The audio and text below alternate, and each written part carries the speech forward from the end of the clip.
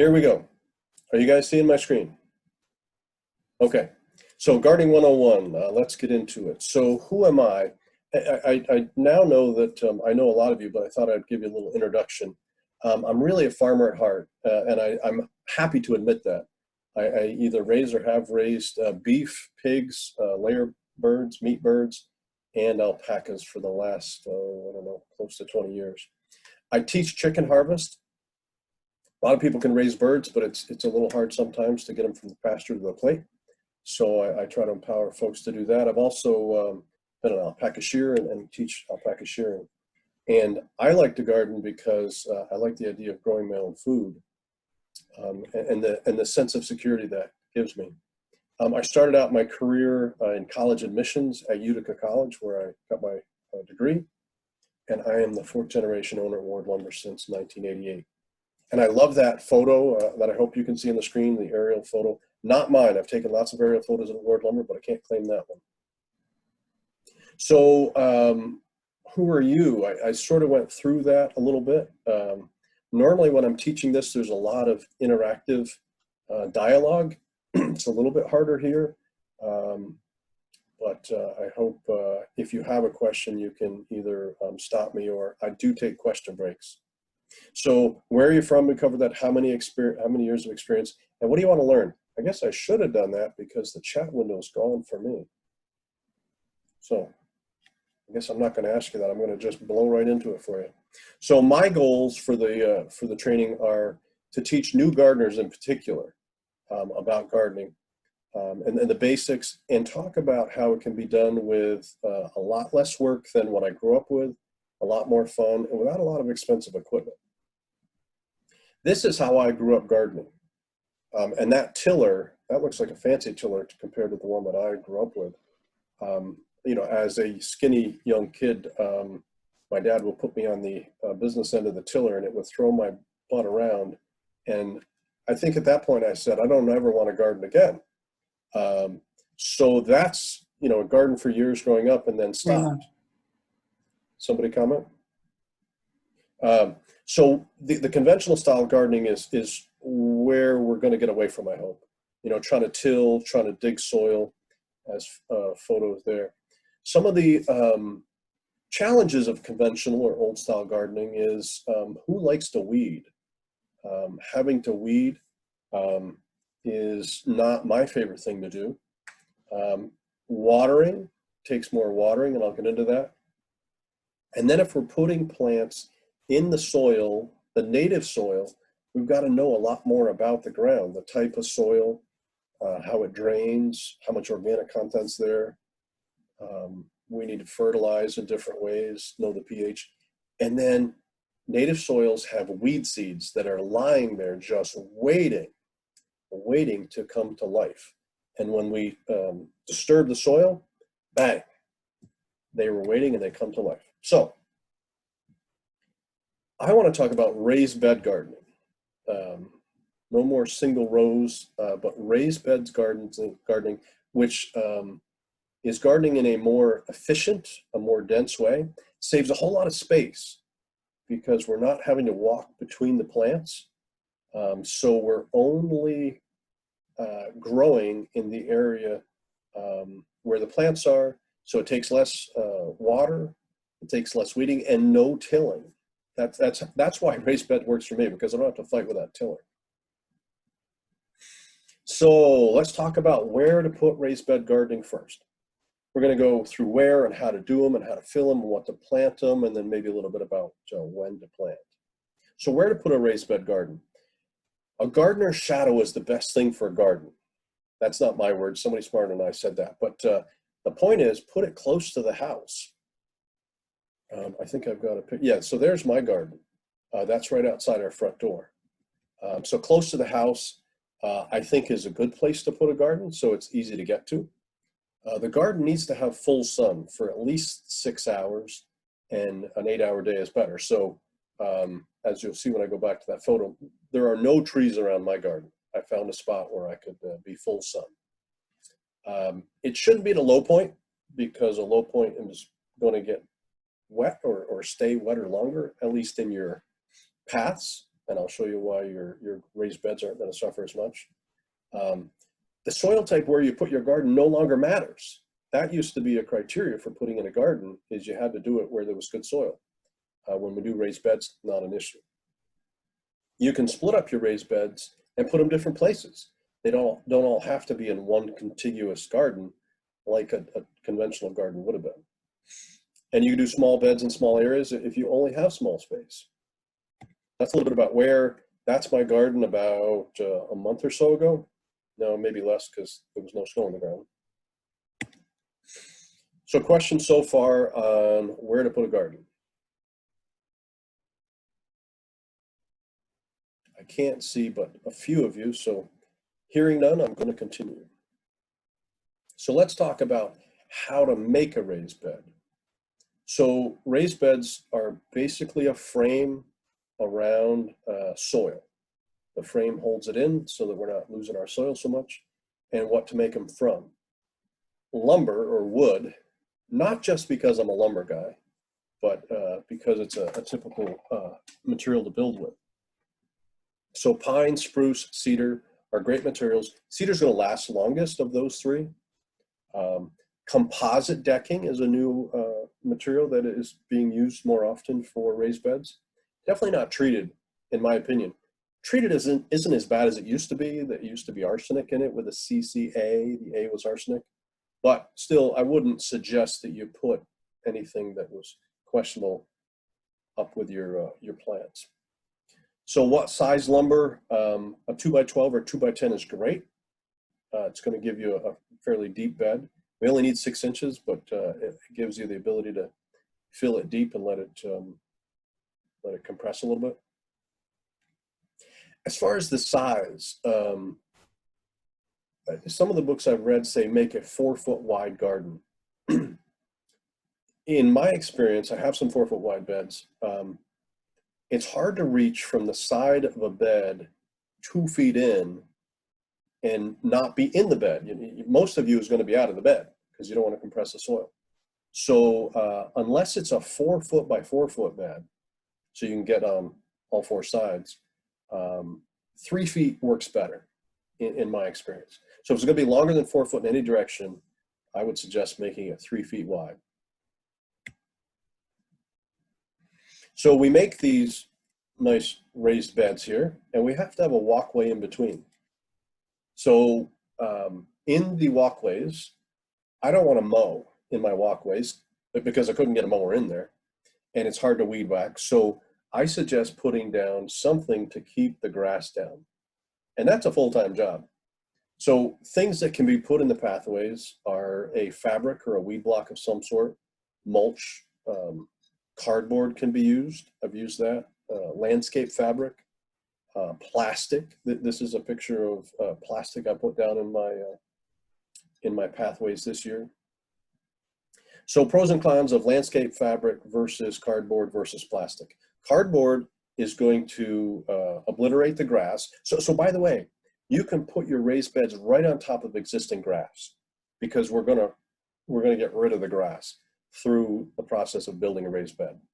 So cardboard will get rid of it and kill the grass underneath. It won't last very long. It's going to last the least amount of time. Landscape fabric will also get rid of the grass, especially when mulch is put on top. And it will drain. The moisture from rain will go through it. The drawback is it doesn't really stop the grass and weeds from growing long term. And they'll grow through it. So when you go to pull a weed that might get large enough, it's going to pull your landscape fabric. Plastic, sheet plastic, the drawback of that is that it doesn't drain. So if you have a low spot, it could get a little bit wet there. I've got a note here what to do with weeds. It seems like that's out of sequence. I'll try to come back to that thought. So aisles between your beds. So a conventional garden, the aisles were typically 12 inches in a single row conventional garden. And probably as a uncoordinated kid, I seemed to be always losing my balance and stepping on something, which was not popular with my dad. With a raised bed, if you, somebody has put something in the chat. I use layers of newspapers covered with mulch or compost. Thank you, Annabelle. That is a good point. I have done that as well. It takes more than one layer of newspaper, as Annabelle said, layers. I think I was using 6 layers at a time and making sure to overlap them. Thank you. So that's cool. When somebody makes a comment, I get a little flash. That's good to know. So I think 2 foot minimum between beds is a reasonable amount of space to not have to worry about losing your balance. I run a wheelbarrow down through my beds, so I think I've got 3 feet. I like to have a wheelbarrow to be able to get down there to put soil in, or if I'm pulling out a bunch of old stuff, to be able to put it in the wheelbarrow and get it out. If you're building a garden from scratch, from the beginning, it's easier to put your barrier down over your complete area as opposed to just under the beds. Because, and even an older garden like mine, where the aisle ends and it butts up against the raised bed, that's where you're going to get weeds and grass more often. So if you can have your barrier, whatever it is, continuously under the beds, less likely to get that, that trouble spot.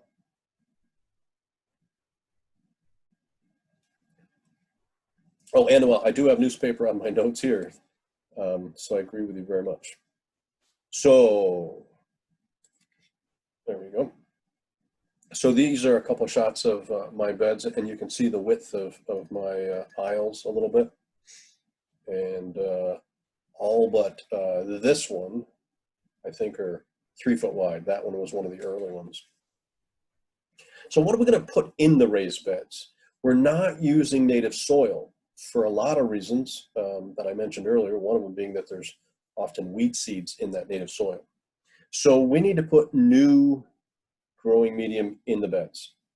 That is supposed to mean that there's no weed seeds in it. And typically, if we're using the right product, there are going to be no weed seeds because we're making it. So if you have your own compost, that's the best kind of compost to use. Or if you're buying compost, and by the way, there's going to be a few, maybe a lot of shameless plugs here for Ward Lumber. Forgive me now. I'll ask for your forgiveness now. If you're buying compost, and we have a number of different ones, use at least 3 different kinds. Not all composts are going to have the equal amount of nutrients. So by mixing it, you're going to get a better mix of all the nutrients you need. The next line, equal parts by volume, not weight, will make more sense maybe with the next slide. We're going to put in 3 components: peat moss, compost, and vermiculite. And vermiculite, being very light, would be done by volume, not weight, because you need you need a large volume of vermiculite if it was by weight. However, we're not putting topsoil in. I've encountered folks that are buying topsoil, and I'll chat them up, and they're saying, yeah, I'm doing raised beds. Topsoil is dirt. That seems like a derogatory term, but it's dirt. It doesn't have a lot of the other amendments that we'll talk about in a moment here.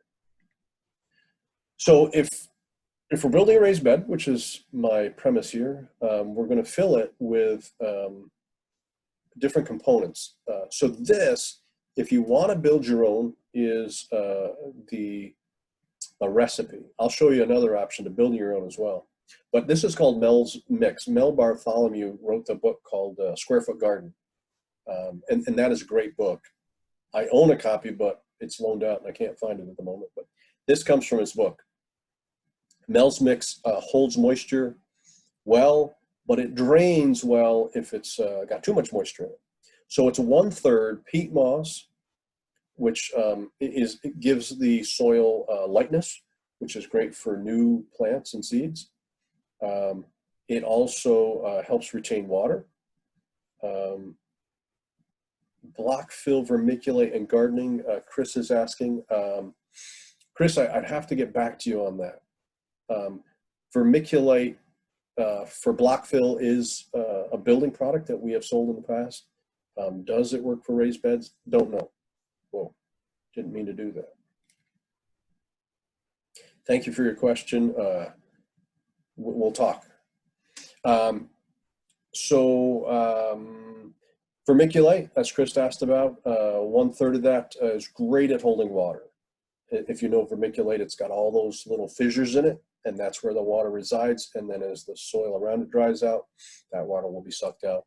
And then 1/3 blended compost, as I said, that's the most critical component. That's going to have the nitrogen in it and the nutrients for growing. The compost needs to be animal-based. I have bought composts that are strictly plant-based, and it doesn't have as much nitrogen as an animal-based, manure-based compost. So if you can get some that has animal waste in it, it will usually have better results. So if you want to do this recipe, that is a great option. Or shameless plug, we have raised bed mix, which is new this year to us. I found these couple mixes that have the components in it. The work is done. Miracle Grow is one of them. They're both Miracle Grow brand. This one is organic. This one is actually on the ground now. So it saves putting a tarp out, putting all the ingredients out, trying to mix it, getting it into the beds. With this, buy the bag, bring it home, cut the bag open, put it in your raised bed. It is a little bit of an issue that it creates a lot more plastic. Catherine, yes, the Nature's Care has the compost component to it. Thank you for asking. So raised beds being smaller than a conventional garden needs less soil, so that's a good thing. It only needs to be 6 inches deep when you're done. Fill them to 12 inches initially because it's going to settle. But this whole process doesn't require digging and tilling. And did I give you the idea I don't like tilling? That was my least favorite thing to do. So that's a way to fill your raised beds.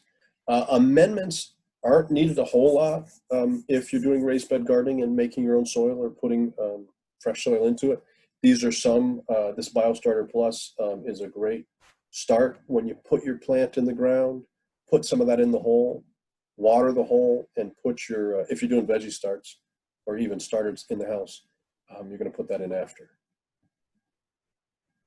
So how do I mute myself for a minute?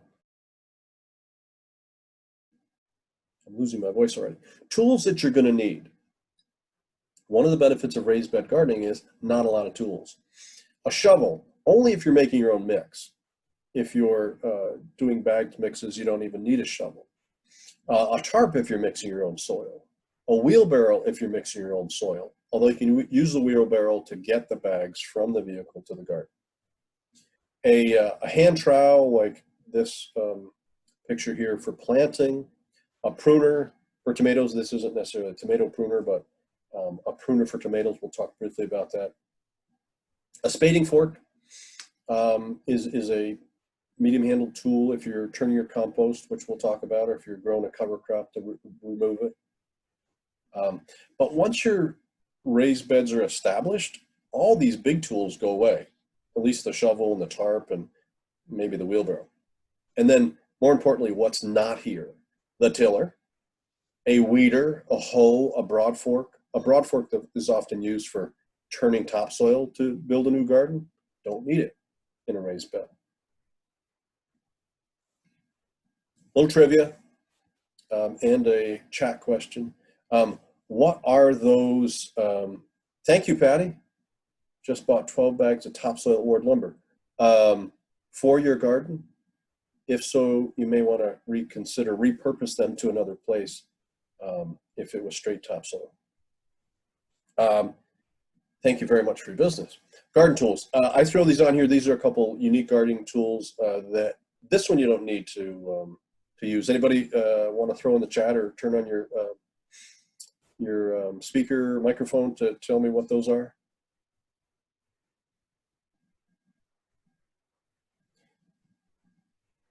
I've got a chat comment. A stirrupo, perfect. Carrie Ann, and Noel said it is a weeder. That's right. And stirrupo is the exact term that I've known it as. It is for weeding. You can run that through the soil to uproot the weeds. I would suggest to you don't need that. The one on the left is a hori tool, Japanese tool, and it's an all-purpose tool. It can be used to plant with. It can be used to dig out dandelions and lots of other fun stuff. These kind of tools I would encourage just to get the kids involved. These are kid-sized tools, also available at Ward Lumber. And I think it's great to get kids involved in gardening early and get them liking gardening, and then it becomes hopefully a lifelong skill. So let's talk about garden pests for a moment. So this is a naturally occurring pest in the North Country. My method for dealing with deer is put a fence around my garden. That is usually for vegetable gardens sort of a given. It doesn't have to be. If the deer are eating your hostas, there's things you can spray on them. But as far as a vegetable garden, I'm avoiding the sprays and I'm putting up a fence. Chickens, again, a fence will keep them out. We keep chickens, and our fence had a little bit of a spot to get under, and they would come in, and I thought it was okay. They could remove pests. They would just like to scratch, and they would remove too much soil sometimes and uproot plants, unintentionally, of course. This baby bunny is one of the more challenging pests in my garden. So I'll tell you a quick story. I love carrots. We love carrots, so we plant carrots. And I just couldn't get the carrots to germinate. And I couldn't figure out why. And I would reseed and reseed and reseed. Finally, about, I don't know, July, all of a sudden I had carrots. And I'm wondering why. And somehow I correlated the fact that the baby bunnies got big enough that they couldn't get through my fence by July, and they stopped eating the tops. Every time the carrot would sprout, it was gone. So I've now installed new fence, and it's got a smaller diameter hole to keep the baby bunnies out. The adult bunnies were never a problem. So other pest control, fencing I talked about, water spray on motion.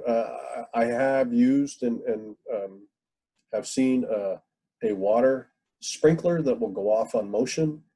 The only drawback is I would sometimes forget to turn it off when I walked in the garden, and then I would get sprayed. I just got to be a little smarter than I am to use that kind of motion one. The owl maybe is a way to keep pests out. Insects, lots of garden insects. This guy, being the Japanese beetle, is one of the more challenging ones. I forgot the name of it. Gets to my zucchini every year. Something, it bores in the stem. That one is a challenge. Japanese beetles, by the way, are very controversial whether to trap or not to trap. I don't even want to start that conversation here because folks are usually in one camp or the other, and never do they move. I guess I'll leave it at that. Both options can work, to trap or not trap. For pest control, the insect pest controls, and this is a whole nother webinar that I'm not qualified to teach necessarily, but some of the methods to deal with pests are rotate your crops. Don't plant the same crop in the same bed year after year, because the pest that gets into that bed one year is going to love it when you plant the same crop the next year. Companion planting is a method that I would encourage you to Google. Marigolds are a great companion to add beauty, but also to ward off some pests. There are sprays. We have them. Soaps, spray soaps. You can make your own soap. Those sprays usually smell bad or taste bad for some kind of pests. So questions. You've been great with the chat questions. Thank you. That's helpful.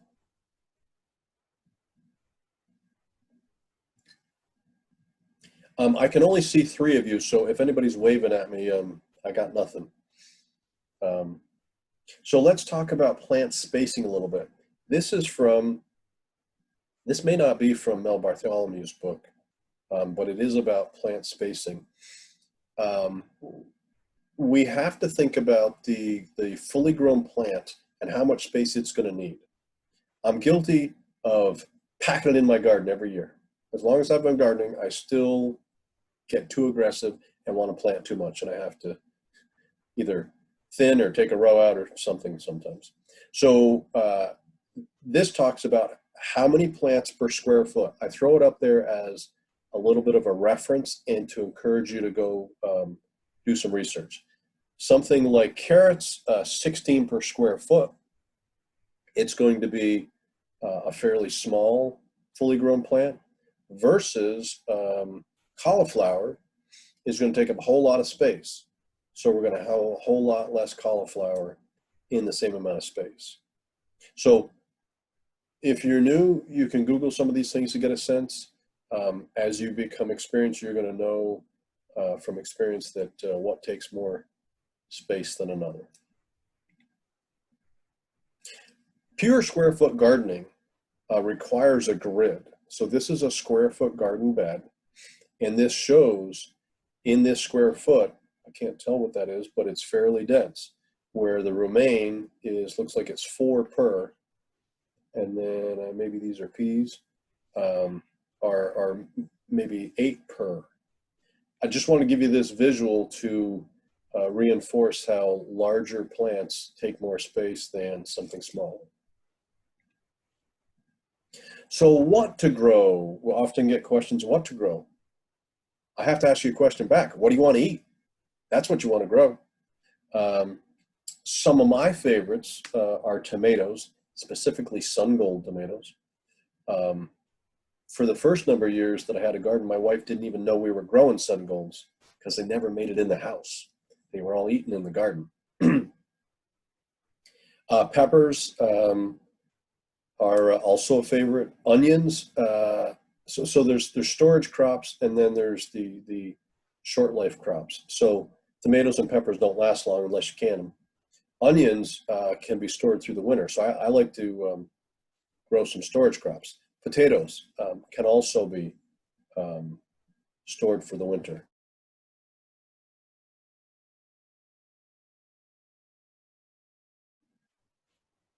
Somebody posted a question and I lost it. There we go. What pepper varieties have you had success with? Well, I'm not as great at peppers, but I like a green bell pepper. I'm not a hot pepper person. They all do grow here in the North Country. Friends of ours right down by the river grows the hottest peppers you ever want to have. So they're all able to be grown. We'll talk about peppers being a long season crop in a little bit, and they really have to be started in advance.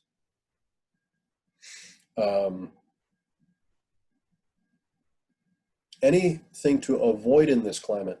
I have not, thank you, Catherine, for your question. I've not had good luck with melons. Any kind of watermelon, cantaloupe, because they are a really long season crop. They're made for places closer to the equator. We do have starts of melons this year, and I'm going to try them again. I have no luck growing them from seed because we just don't have long enough season. Potatoes, as I say, a storage crop. I will tell you, with the interest in gardening this year, and thank you, Pat Coolidge, for prompting me to do this workshop online. I've done this in person many years. Didn't think we could do it, but Pat motivated me to get it done. That interest in gardening that prompted the workshop is we're sold out of potatoes, and our suppliers sold out of seed potatoes. So if you haven't gotten your seed potatoes soon, it may be hard to get them. Is there a good time to transplant raspberry bushes? The spring is best, or the fall once they go dormant. But spring is best, so they've got all summer to try to transplanted raspberry bushes have time to take off. We're going to have raspberry bushes in stock here any day, actually. We have blueberry plants in stock now. Get them in the ground now and give them a good, solid, warm summer to get started. So what things to grow? Carrots, they have to be grown from seed. Patty asked about blueberry bushes. Also start them in the spring is best. They can be done in the fall. I've had more die off when I've planted them in the fall than the spring plants, but either. Not in the heat of the summer. Usually there's too much shock when they're being transplanted, and when it's hot and dry out, most things don't do well being transplanted in the summer. Carrots. Carrots need to be done from seed. Flowers you can put in your garden. I like a lot of perennials plants. We'll talk about that a little bit, that keep coming back. Berries, strawberries. Boy, we've got some nice strawberry plants, big plants. Strawberries are great, and they're very hardy. They're actually very tenacious. I planted a bed, I don't know how many years ago, and all of my walkways at one point were covered with strawberry plants, because they have those leaders that'll go out of the bed, and they will, in the nastiest soil, keep rooting plants, and it was covered, which isn't the worst thing in the world. I had to avoid stepping on the strawberries, but it was great eating. Asparagus I like because if you plant asparagus, you won't get a crop this year. I need to look at my asparagus. This is when it comes up, and there was a really baby shoot on the weekend. I haven't been out there yet. When you plant asparagus, it's going to keep coming and coming and coming. Harvest it before it goes to seed. Harvest them when they're nice and short and tender. They too don't always make it in the house. So that's a little bit about what to grow. Patty, if I didn't answer your question about blueberry bushes, make another chat comment. So, question is often asked, should I use seeds or starts? So starts are vegetable starts, started plants. There are pros and cons to both. My throat is getting dry.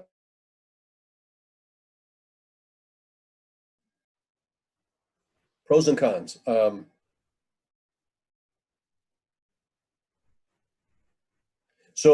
Cost versus time is sort of the summary. Seeds are very inexpensive. I think they sell for $1.89, Josh. I can see Josh. $1.89, and maybe the organics are a few more cents. So very inexpensive. However, depending on the crop, they need to be started in February, March, and April. So we are now in May. I suppose you could start some now for a late planting, but they need to be started early. Conditions have to be right. I don't have a greenhouse. I start them in my bathroom sometimes. Makes a mess. Things like tomatoes, cucumbers, and peppers that have to have a long season have to be started indoors or with veggie starts. Things like peas, radishes, spinach, the cool weather crops, they can be planted in the garden early, even before now, and they will flourish. I've not transplanted any peas, radishes, and spinach as examples. Those are always direct seeded. Why have I not transplanted spinach? Maybe it doesn't transplant easily. Direct seed, things like carrots, corn. I've started corn. It seems to not do well on transplanting. And any of your in-ground vegetables like carrots or potatoes or kohlrabi, I don't think I've ever transplanted. That's actually an early one that can be direct seeded. Other things that, like onions, need to be done in the ground. Actually, I guess greenies can be transplanted.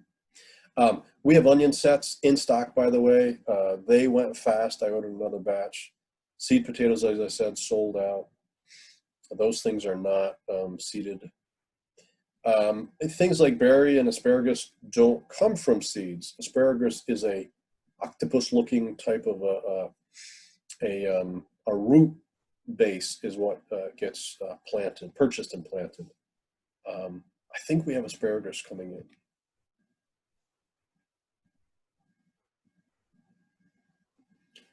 So here's the seed displays at Ward Lumber.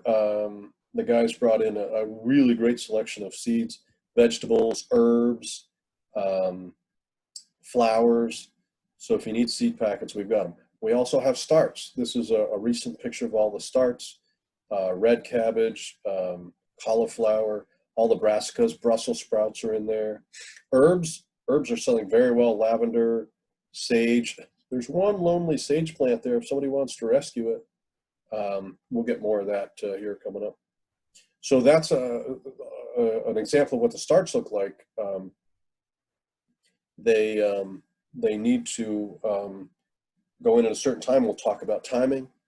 Carrie Ann is asking, is this a good time to ask a question? Yes, it is. Most of my starts died. So Carrie Ann emailed me earlier, started seeds inside.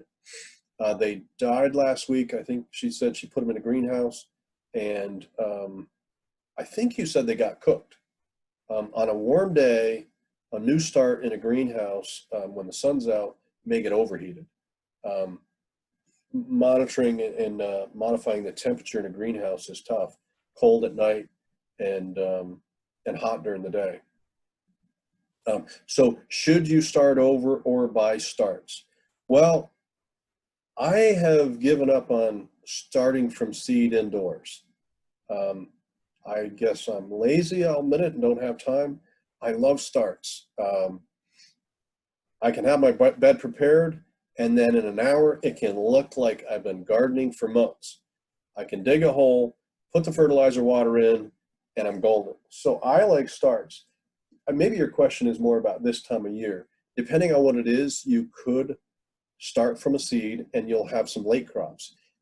And there are certain plants, and I guess I probably won't get into it at this moment because it is already, what time is it? It's already 7:15. There are certain plants that you do rotational on, rotational plantings, and those you could start seeds now and have a late crop. Are there seeds and starts in the Malone store? Holly's asking. I don't believe we have seeds, but we do have starts. The starts were delivered, veggie starts, last week. So yes. What do you use for fertilizer water? Susie Allen is asking. You can use Miracle Grow. There are Miracle Grow for tomatoes. Miracle Grow is not organic. They may have an organic version. I don't know that. I like the BioStart Plus that I showed earlier. And I just put that dry in the hole and then water the hole. Most of the fertilizers I put in the hole with my starts are usually a dry product. Seems like it's easier to administer. Any fertilizer that I put in water usually settles to the bottom quickly, and it doesn't get distributed to the plants evenly. So by putting it in the hole, I can see what I'm putting in the hole. I know how much I'm getting there. We don't want to put too much fertilizer in the hole because nitrogen can burn the roots of a young plant. So we want to make sure we're controlling the amount of fertilizer going in. Oh, I forgot I threw this in here. Those are some nice looking strawberries, and there's already fruit on there. Shameless plug. Romaine starts. Really great way to start the lettuce. I can see Catherine, so I can see you trying to read something. Did you get to see what you wanted? Okay. If not, the good looking fellow sitting next to you there, he kind of hangs out with this stuff every day. Josh is our store manager. He can reference for you. Swiss chard. I planted some Swiss chard from seed. I'm probably going to buy some starts to make sure I've got a good crop. Cauliflower. Cauliflower is a fun one to grow. This is not how it's going to look in your garden. It's going to hopefully be covered up to keep that head white. For a plant picture, it's nice to have a white head of a cauliflower. Celery has to be wrapped in newspaper to keep it from getting all green. We like our celery pale. Patty McConvey says, adding coffee grounds and eggshells. Certainly great in the compost pile. Doesn't hurt to put it in the raised bed. It'll break down over time. Great way to use up your grounds and your coffee or your eggshells. I'll talk a little bit about composting before we're done. So when to plant? That's always a great question. If you could tell me the weather, I'll tell you when to plant.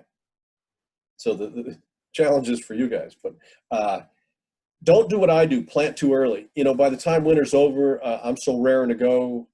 I get out there on a first nice day and I'm throwing seeds in the ground, and I always think optimistically, they're gonna germinate. And almost every year they don't because I'm way too early. The soil's gotta be warm for the seed to germinate. When it doesn't germinate right off, the seed rots and it's gone. And then I plant again.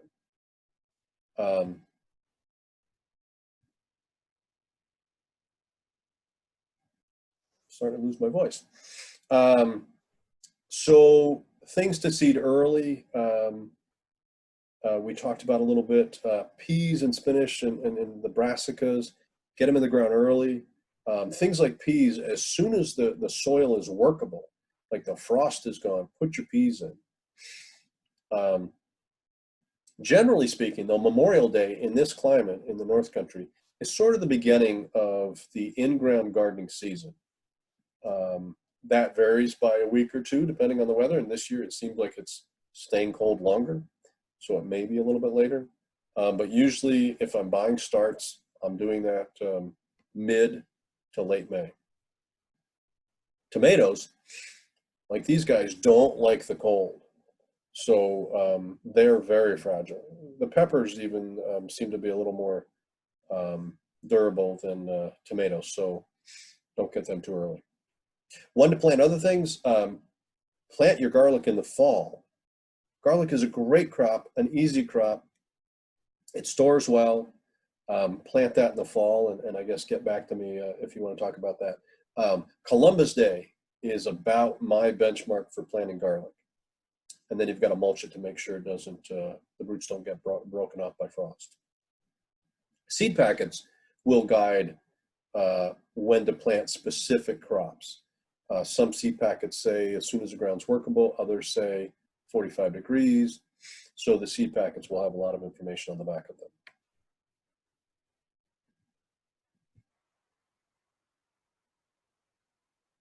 Quick note on watering. New gardeners often overwater, and it is relaxing to stand in the garden with a sprayer and just spray the garden. I won't take that away from you. I will suggest watering in the morning is better as a rule, because the foliage has all day to dry off in hopefully the sunny weather. If we water at night, especially by hand, we're going to get the foliage wet. Things like tomatoes are more susceptible to blight when the foliage is wet overnight, when it doesn't dry out. So that's just a note. Water in the morning, if you're going to water. If you're building a bed and you're putting a good soil in it, a good mix, it takes way less water. For the most part, I don't water my beds.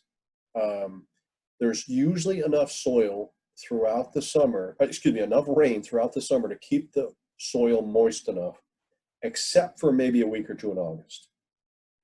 And then I drag out the hoses and I put the sprinkler on and run it before I go to work. But I want to suggest to you there's a lot less work in raised bed gardening. Another way to maximize space in your garden is to grow up as opposed to out. So trellises, I have trellises like this. Electrical conduit makes great frame. We sell some trellis material to hang there. It's pretty durable. My trellises have lasted for current versions at least 5 years. So peas and a lot of things. I try to grow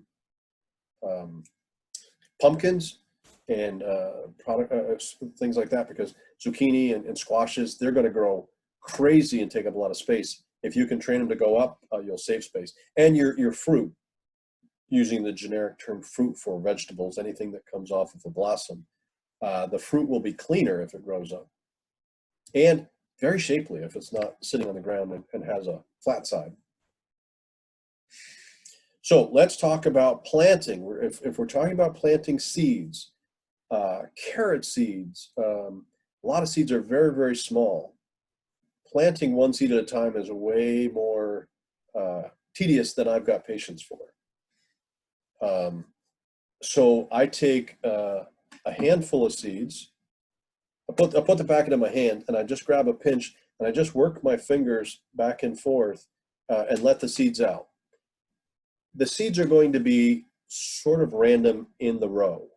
You're going to score the ground a little bit and put the seeds in. Therefore, you're going to have to thin. When you have to thin, don't try to pull the ones out that you want to thin because it's going to disturb the roots of some others typically. Use some scissors. Probably the only time you're going to need scissors in the garden is in the spring to thin. So that's a quick tip for you. Often new gardeners want to pull a plant. As far as seed, putting seeds in, the bigger the seed, the deeper it goes. The smaller the seed, the less deep it goes. General rule of thumb, your packets, seed packets, will also reference all of that. Tomatoes are a very popular plant in the garden. So I have a quick tip for you. You're welcome, Hannah. Hannah has to leave. We're going to have a recording. Contact me after, and I can get you a copy of this recorded. Tomatoes are very popular. Who doesn't love a tomato, especially a sun gold? Tomatoes, especially indeterminates, have these suckers. So this is your main stem. This is where your fruit's going to grow. And then there are these suckers at every junction. You can see two of them here. Take those off. They are going to rob nutrients and energy and all kinds of things from your tomato plant, which will reduce the size and amount of your fruit. So in the summertime, this is an embarrassing admission maybe, but in the summertime, on my left thumb, I grow my fingernail a little bit longer so I can go in and just pinch those off. I also have a knife in my pocket. That's a way to do it. Sometimes the knife can injure the other parts of the plant. But either way, take those suckers off and grow bigger tomatoes.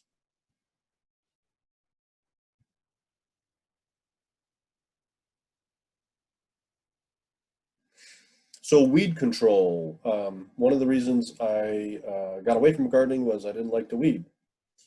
One of the ways to control weeds is with mulch.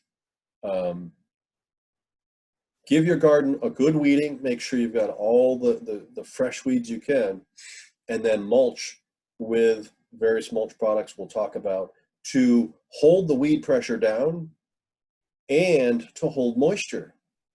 It's a great way to hold moisture in your garden. The rainwater will work its way through and then it won't evaporate. One of the best products for, there it is. One of the best products for mulching is straw, not hay. Hay is grass and it will invariably have seed heads in it. Straw is a product that should have no seed in it because it's for growing grain, or it's from growing a grain and that grain is removed. That's the first product of a straw grow. So straw is better. We stock organic straw. If you're growing organically, we have organic straw back in stock. Hard to get lately. We also stock this chopped straw product, which is easier to spread. A full stalk of straw is often 18 inches, and it's hard to work around plants like these tomatoes shown here. Chopped is easier to spread. A wood-based mulch can work, but it has a tendency to pull nitrogen. If there's a lot of wood on the soil, it'll bind the nitrogen from the top layer of the soil. That's a lot about what composting does. We'll talk about that in a minute. Mulch is also used on very much on garlic, and it can be used to overwinter strawberries, although I will tell you, strawberries are so hardy, at least the ones I've grown. I haven't mulched them, and they still took over all my paths. I talked about weed control, talked about moisture control. Organic and seed-free is sort of the way to go, I think. Catherine's asking, how thick should the layer of straw be? So if we are mulching to hold down the weed pressure, you don't want any sunlight going through your straw. So when you put it on, it's going to be 3 or 4 inches thick. As the rain comes, it's going to damp down. But a good layer so the sunlight doesn't get through. This product is easy to spread. It doesn't have to be as thick. It has a binder in it, a natural binder and it's escaping me what the binder is. When it gets rained on, that binder, it's guar. Guar, I think, is the name of the product that binds it up. Then it creates a really thick mat, not thick mat, but a very impervious mat for weeds to come up through. So this is a product we sell, currently out of stock, but by the time you need it, we'll be back in stock with lots of it. That is a form of mulch, easy to use. So I talked about composting a minute ago. I think composting is the best way to get rid of your garden waste and some yard waste, and a great way to amend your soil over time. As I say, it's one of the most critical components of your garden. That organic, that manure is good stuff. However, it takes a little bit of a work to make a compost pile at least, and do it in a short amount of time. We had a compost pile for many years that I called the mini landfill, because all we did was throw our vegetable scraps in it and nothing else. Never turned it, never did anything. So after many, many years, we had compost on the bottom, but it took a really long time. The better way to do compost is to use the tramp method. So there are 5 components to a successful compost pile. The first one is temperature. We need the center of that pile to gain temperature. The target is 160 degrees. At 160 degrees, any weed seeds in there are killed, and it's going to break down the organics very well. And it's microscopic organisms that are doing all that work, and the heat comes from how much work they're putting off from their microscopic bodies and the whole breakdown process. In order for compost to become organic matter to become compost in a short amount of time, we have to do rotation. So that mini landfill we had for years, we never rotated it. It took forever. So turning a compost pile is the hardest work you're going to have in your garden, but it's going to be effective. A compost pile has to have air. The oxygen is what helps feed those microscopic organisms. Got to have moisture. The M in tramp is moisture. It needs to be like, you pick up your compost, it needs to be like a damp sponge. If you squeeze your compost and water's running out of your hands, too wet. Now after rain, it is going to be that, but it will dry out enough. If you pick it up and it's light and fluffy, there's not enough moisture in it. There's got to be some damp sponge type moisture. And lastly, particle size. The smaller you can get your particles, the quicker it's going to break down. Now, it may not be realistic to chop up all of your garden waste, so I get that, but you want to have don't put in big twigs in your compost pile and expect them to break them down. Also, don't expect avocado shells to break down, like forever. No, not really, but you'll have all kinds of good compost and you'll have avocado shells still. I still put them in. I put them in the garden. I put the compost in the garden with the avocado shells. They'll break down eventually. Doesn't hurt anything. So mix, mash, moisten, and mix again. So in the summer, when it's really, really dry out, I will water my compost pile when I water my hanging baskets. I don't water my garden usually, but if my hanging baskets are dry, I'm watering my compost pile.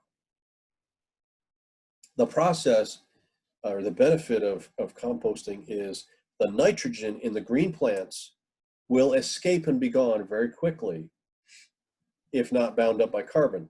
The woody material that is needed in the compost pile will bind that nitrogen, and then the compost will slow release the nitrogen back into your garden at a later date.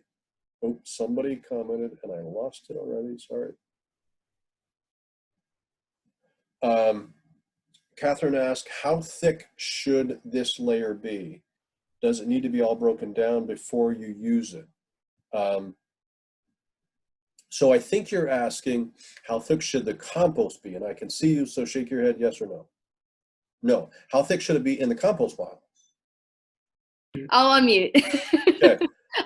That was the question before for the hay, or the straw. Oh, sorry. This one is for the compost specifically. Does it need to be all broken down before you use it? Like those avocado shells, if they're still in there, can you use it? No, that does not have to be broken down. I have put partially decomposed compost into my garden bed. It will continue to compost in the garden bed. It's challenging to get beautiful compost the way you can buy it at places like Ward Lumber, shameless plug. Those are commercial composting facilities. Home gardeners are not going to get perfect compost. That's okay. It'll continue to compost. So garden waste going into the compost pile is going to be the greens typically. We need to have browns. So where do you get wood? Sorry, we need the carbons, the browns. Where do the browns come from? Anything that is no longer green is the nitrogen gone. It is carbon. So you can put dead plants in there and consider it carbon. Wood chips is a great place, or sawdust is a great place to get the carbon for your compost pile. So if you have a woodworker in the house, don't use treated sawdust, but you can put other sawdust in. It can be hardwood, it can be softwood, it doesn't matter. I've now forgotten the ratio of carbon to nitrogen. I think it's like 1/3 carbon, 2/3 nitrogen. If anybody knows, put a comment in and I'll share that back out to everybody. You want to layer your carbon and your nitrogen to start with. Put it in layers, and then when you mix it up, it'll be nicely put together. Let's see. Thank you very much. I gotta go. Okay, see you, Mac. Okay, have a good one. Thank you.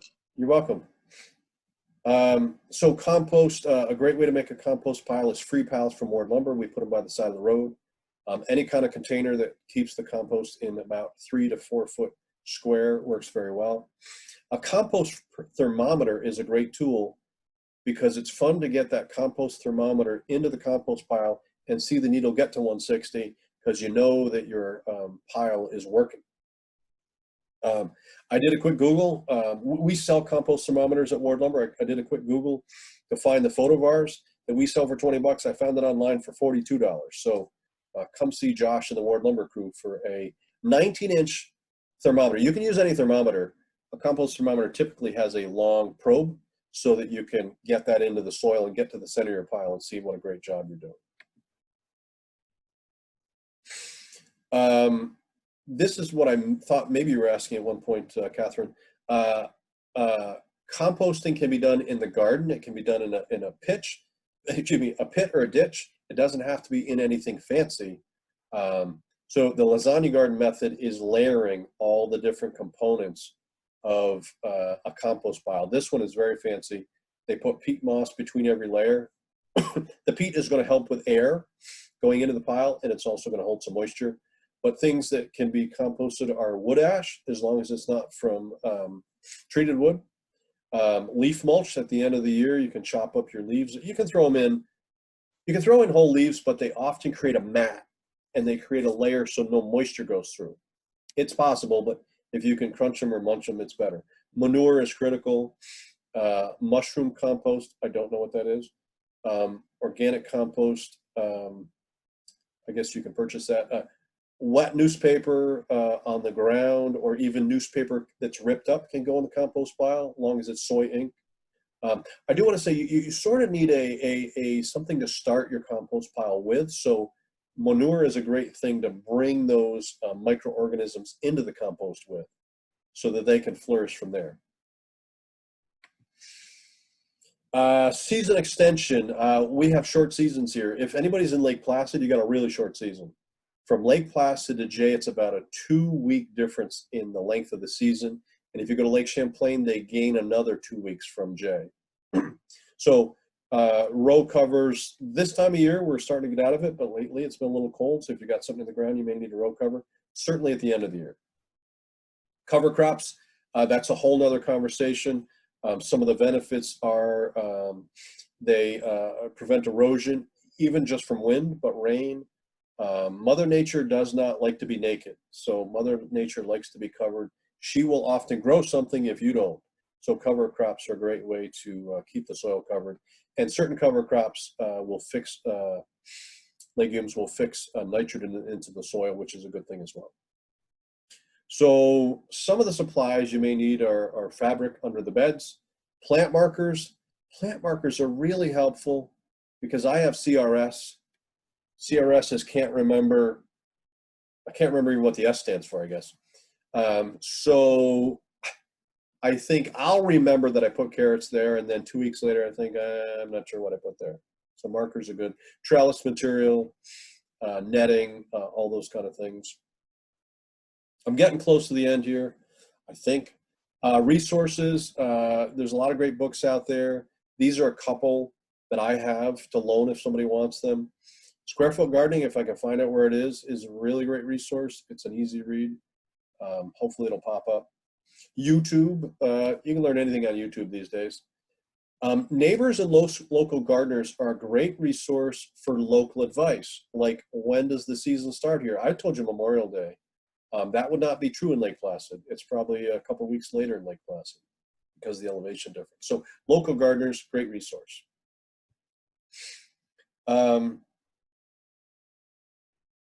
Cheryl's asking, any good ideas for something to repair ripped plastic on a cold frame?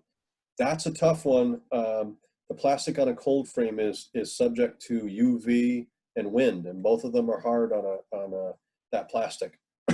I don't have a lot of experience trying to replace it though, or any. If it's ripped, it's probably ripped because the UV's broken it down. So trying to tape it may be difficult, but I don't know that I have a good answer for you. If you're talking about plastic over a framed greenhouse. If you're talking sheet plastic, that might be easier to repair. I can see you, Cheryl. So sheet plastic, oh, well, that's not so hard to repair.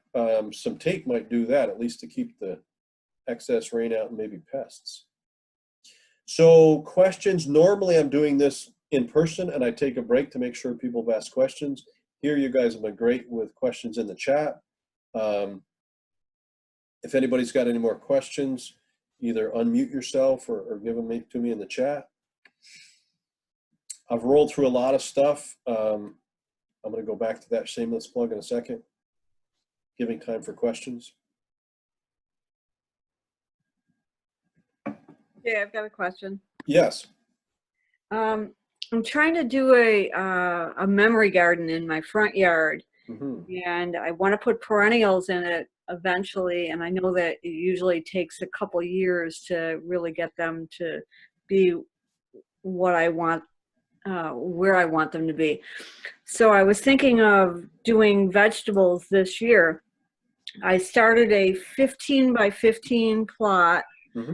I laid a lot of sand down for drainage, and then I put a lot of alpaca compost from Debbie, like on top of that, and divided it into like four squares. I wanted to eventually look like a shamrock, but my thought now is, today I went to Ward's and I got topsoil. I don't know what my next step would be. I just want to get the soil ready, and I don't know what I should do next. So are you going to do raised beds, or are you going to plant in the ground? I'm sorry, say it again. Are you going to do raised beds, or are you going to plant in the ground? Raised. Okay. So I guess the next step would be to, if you don't have frames, put some frames down to contain your work so that your everything's not going away, and then create your pathways. And your frame, you know, you can get creative with your shape of your frames. They could be in the shape of your shamrocks. Yeah. With some work. So get your frames down, put something down to keep the weeds from coming up through even the raised beds and through your paths. Okay. And then fill your beds. And the topsoil, I would suggest you try to repurpose that or bring it back. Okay. It's not going to serve you well in your raised beds. Okay. All right. I have a lot of other areas that I can use that in our property. So. Okay. Yeah. Thanks. Jay, thank you. You're welcome. Is the memory garden for Bill? Yeah. Great. Great guy. Yeah. Thank you. You're welcome. I've got a couple thank yous from folks. You're welcome. Thanks for joining us. One of the last couple shameless plugs here. So we're talking about gardening. People that raise gardens often do other things. So if anybody's interested in chicks, we have chicks available. This is my daughter Lucy. She's raising pullets. She's got 155 pullets in the brooder right now, and they are available for purchase as 17-week-old if you don't want to go through all the work to raise your own. So please shop at Ward Lumber. We love you. We've got gardening supplies, obviously building materials, hardware, paint, propane. We've got a great team. We're working hard right now. We're an essential business. We've got folks on the front lines being very, very careful, putting themselves out there. We do offer in-store shopping, and we also do curbside pickup if you order on our website. Lots of thank yous. Grace, you're welcome. Cam, you're welcome. Donna, you're welcome. Annabelle, you're welcome. Glad you enjoyed it. And if you'd like a copy of the presentation, give me a shout.